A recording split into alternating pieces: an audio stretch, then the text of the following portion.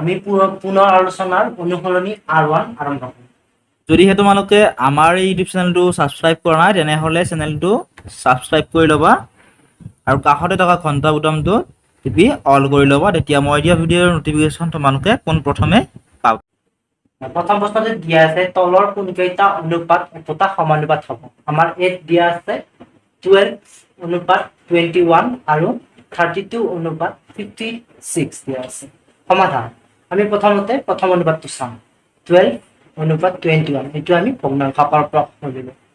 তাৰ পিছত আমি দুইটা সংখ্যাকে হৰ আৰু লবক 3ৰে হৰণ কৰিলো, অৰ্থাৎ 12ক 3ৰে হৰণ কৰিলে 4 বাৰ যায়, 3 4 গুণ 12 আৰু 21ক 3ৰে হৰণ কৰিলে 7 বাৰ যায়, 3 7 গুণ 21 হৰণ কৰি আমি 4 ভাগৰ 7 পালো। এইটোক আমি আকৌ অনুপাত ৰূপত প্ৰকাশ কৰিলো, এইটোক আমি 1 নম্বৰ দিলো।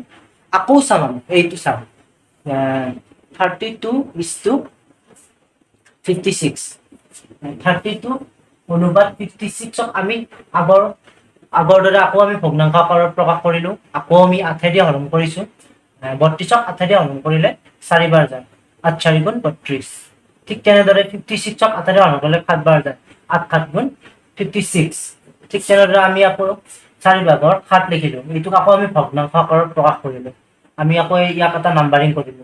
আমি 1 আৰু 2ৰ পৰা ক'ব পাৰো যে আমি দুফালে 12:21 ইকুৱেল 4:7 1 নম্বৰত পাইছো।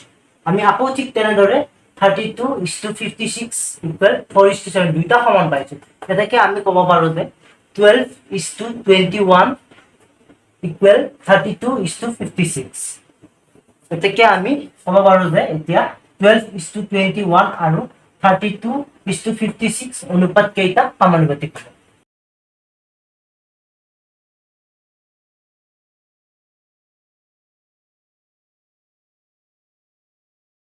এইবাৰ 1 নম্বৰৰ বিটো চোৱা তোমালোকে 18:30 আৰু 14:21 দিয়া আছে। আমি প্ৰথমতে সমাধানত 18:30 ভগ্নাংশ আকাৰত প্ৰকাশ কৰিলো, দুইটাকে আমি 6ৰে হৰণ কৰি দিলো।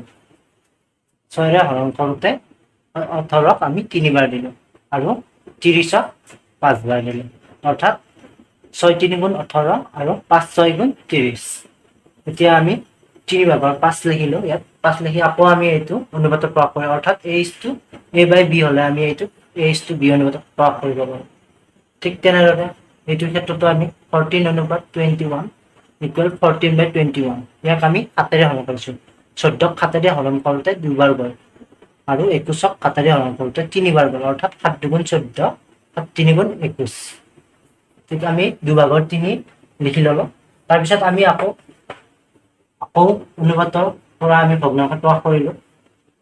14:21 ইকুৱেল 2:3। 1 আৰু 2ৰ পৰা আমি পাব পাৰো 18:30 ইকুৱেল 3:5 হৈছে, কিন্তু 14:21 ইকুৱেল 2:3 হৈছে। দুইটা অনুপাত একে নহয়, অৰ্থাৎ দুইটা অনুপাত সমান নহয়। সেয়ে আমি ক'ব পাৰো যে 18:30 আৰু 14:21 অনুপাত কেইটা সমানুপাতত নাথাকে।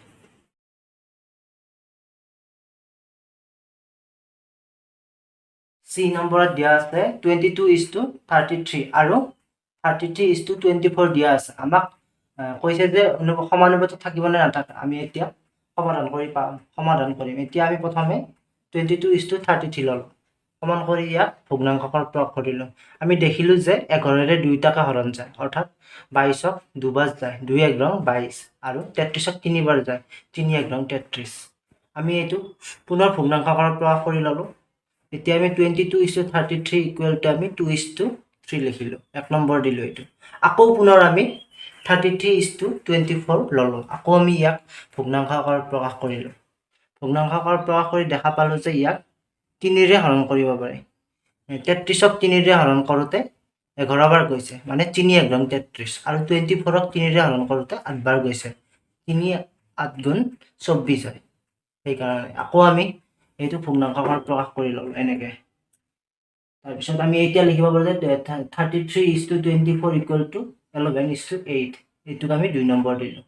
আমি এই দুটাৰ পৰা 1 আৰু 2ৰ পৰা আমি পাওঁ যে 22:33 equal to 2:3 আছে কিন্তু 33:24:11:8 আছে অর্থাৎ দুইটা সমান নহয় সেইকাৰণে আমি 22:33 does not equal to 33:24 লাগিছে এটাকে আমি ক'ব পাৰো যে 22:33 আৰু 33:24 অনুপাত কেইটা সমানুপাতত নাথাকে ডি নম্বৰটো চোৱা ডি নম্বৰত 24:28 আৰু 20:25 দিয়া আছে আমি প্ৰথমে 24:28 টো চাম 24:28 ইকুৱেল 24/28 অৰ্থাৎ আমি অনুপাতক সদায় ভগ্নাংশৰ প্ৰয়োগ কৰিব এনেদৰে এইটো a/b ইকুৱেল a/b লিখিব পাৰো আমি এইটো 4ৰে হৰণ কৰিব পাৰো যেতিয়া আমি 24ক 4ৰে হৰণ কৰিম 6 বাৰ যাব 6 4 গুণ 24 আৰু 28ক মানে 28ক আমি যদি 4ৰে হৰণ কৰো 7 বাৰ যায় আমি ঠিক এনেদৰে 6/7 লিখি ললো আমি আকৌ ভগ্নাংশৰ পৰা উল্টা আমি অনুপাত ৰূপত লিখিব পাৰো 6:7 অৰ্থাৎ 6:7 আমি এইটো 1 নম্বৰ দিলো ঠিক তেনেদৰে আমি 20:25ক আমি ভগ্নাংশ কৰাৰ প্ৰয়াস কৰিলো আমি গম পালো যে ভগ্নাংশ কৰাৰ প্ৰয়াস কৰি দুইটাকে আমি 5ৰে হৰণ কৰিব পাৰো 20ক 5ৰে হৰণ কৰি 4 বাৰ গল 5 4 গুণ 20 তোমালোকে কৰি চাব পাৰা হৰণটো আৰু 25ক 5ৰে হৰণ কৰিলে 5 বাৰ যায় ঠিক তেনেদৰে আমি 4/5 লিখিব পাৰো আমি আকৌ অনুপাতটো ভগ্নাংশটোক অনুপাত ৰূপত লিখিলো এনেকে 4:5 এইটোক আমি 2 নম্বৰ দিলো তোমালোকে চোৱা আমি 1 আৰু 2 ৰ পৰা 24:28 ইকুৱেল টু 6:7 লিখিছো ঠিক তেনেদৰে 20:25 টো আমি 4:5 লিখিছো আমি 1 আৰু 2 ৰ পৰা ক'ব পাৰো যে 24:28 সমান নহয় অৰ্থাৎ does not equal 20:25 গতিকে ই এটা সমানুপাত নহয়